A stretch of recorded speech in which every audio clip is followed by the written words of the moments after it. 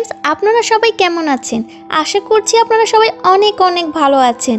আবারও নতুন একটি ইন্টারভিউ নিয়ে হাজির হলাম।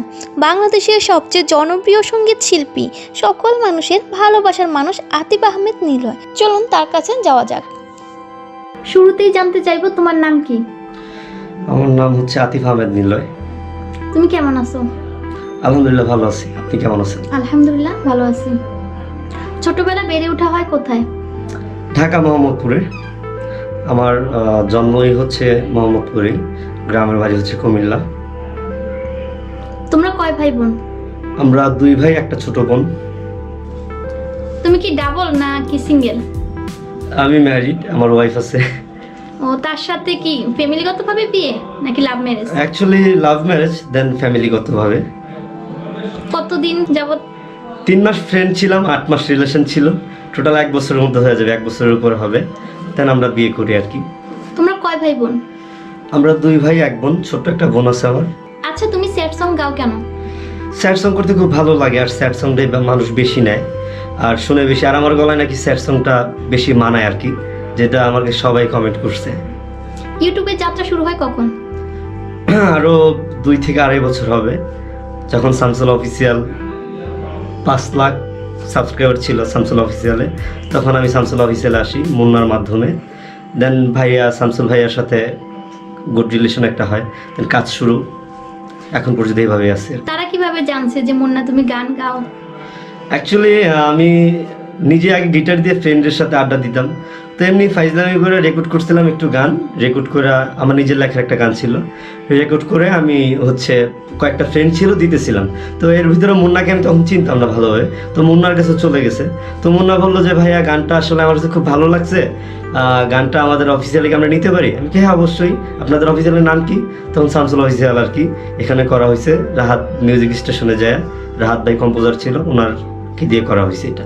সেই গানটা কি দর্শকদের উদ্দেশ্যে 2 লাইন গাওয়া যাবে? অবশ্যই, যেহেতু জীবনের প্রথম গান ছিল এটা। 2 দিনেরই এই দুনিয়ায় কত ভালোবাসা, আমার ভালোবাসার হায় রে নাই রে কোনো আশা। 2 লাইন গিয়ে দিলাম। আচ্ছা, তোমার ফেভারিট অ্যাক্টরস কে? শাকিব খান অবশ্যই। আর ফিমেলের মধ্যে? ফিমেলের ভিতর হচ্ছে ফিমেল আমার কারোই ভালো লাগে না বাংলাদেশের। আর ফেভারিট সিঙ্গার বাংলাদেশের ভিতর বাংলাদেশের মধ্যে? বাংলাদেশের ভিতর হচ্ছে জুনায়েদ ইভান ভাই, তারপর হচ্ছে নগর বাউল আমাদের জেমস গ্রুপ, তারপর হচ্ছে আদার্স যারা আছে আর কি। Female singer? ফিমেল সিঙ্গার বাংলাদেশের ভিতরে বাংলাদেশের মধ্যে রুনা লায়লা। আচ্ছা, তোমার মায়ের হাতের কোন খাবারটা বেশি ভালো লাগে? মায়ের হাতের শুটকির ভর্তা। শুটকির ভর্তাটা খুব ভালো লাগে আমার কাছে, আমার আম্মুর হাতের। আর তোমার ওয়াইফের হাতের? মুরগির রোস্ট। আর তুমি কোন খাবারটা সবচেয়ে বেশি পছন্দ করো? গরু মাংস। আগে ছিল, এখন তত একটা নাই আর কি, তাও মোটামুটি এখনো পছন্দ করি গরু মাংসটা অনেক বেশি। তোমার স্বভাবটা কেমন? সবাইকে হাসিয়ে মাতিয়ে রাখতে চাই, হাসি খুশি থাকতে খুব পছন্দ করি। আর আমার সামনে কেউ মানে মুখ গুমড়ো করে বসে থাকতে পারে না, সেটা আমার ভালো লাগে না। আমি অবশ্যই চেষ্টা করি তাকে হাসি খুশি রাখার, এত এরকমই আর কি। আচ্ছা, সবারই তো ব্যাড একটা অতীত থাকে, তোমার কি এমন কোনো ব্যাড অতীত আছে? আসলে মানুষের জীবনে সবারই অতীত থাকে, আর ভালো খারাপ মিলাই মানুষের জীবন। তো প্রত্যেকটা মানুষের যেমন জীবনে যেমন অতীত আছে, আমার জীবনও আছে, তো সেটা না বলাই থাক আর কি। আচ্ছা, তুমি গানগুলো স্যাড সংগুলো কাকে উদ্দেশ্য করে গাও? কাউকে উদ্দেশ্য করো না, মূলত নিজের ভালো লাগা থেকে করি। আর যারা আমাকে ভালোবাসে তাদের জন্য করি, তাদেরকে উদ্দেশ্য করেই করি। যারা আমার গানগুলো শোনে, যাদের কমেন্ট বা যাদের ফিডব্যাক আমি পাই, এটাই। আচ্ছা, তোমার মোস্ট পপুলার গানটা বলো। মোস্ট পপুলার হচ্ছে বোকা পাখি। আচ্ছা, কার বছরে ওইটা 2 কলি গাও তো।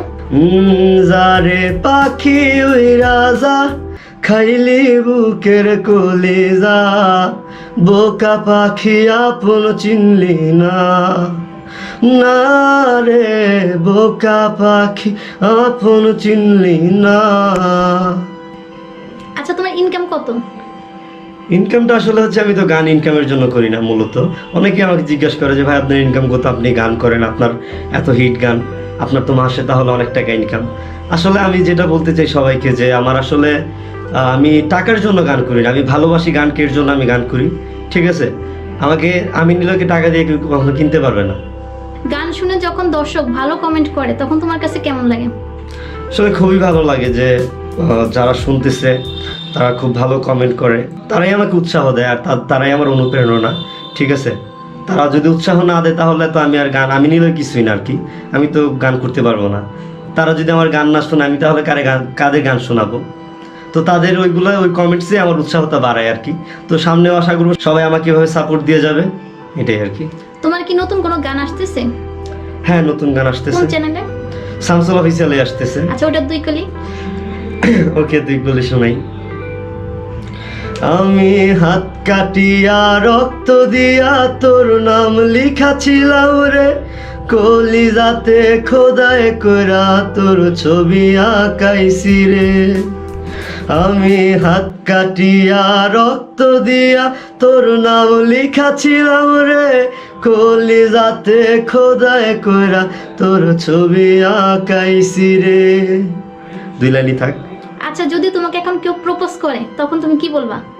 অ্যাকচুয়ালি প্রপোজ করতেই পারে, আসলে অনেকেরই আমাকে ভালো লাগে। আসলে ভালো লাগা থেকে যে আসলে প্রপোজ করা যে বিষয়টা বা ওরকম প্রপোজ পর্যন্ত যাওয়া, এটা আসলে ঠিক না। কারণ আজকে আমি হয়তো বা গান করি, এর জন্য আমাকে আপনি ভালোবাসেন, ভালো লাগে, এর জন্য আপনি প্রপোজ করতেছেন। কালকে আমি হয়তো গান করবো না, এর জন্য আপনি আমাকে প্রপোজ করবেন না।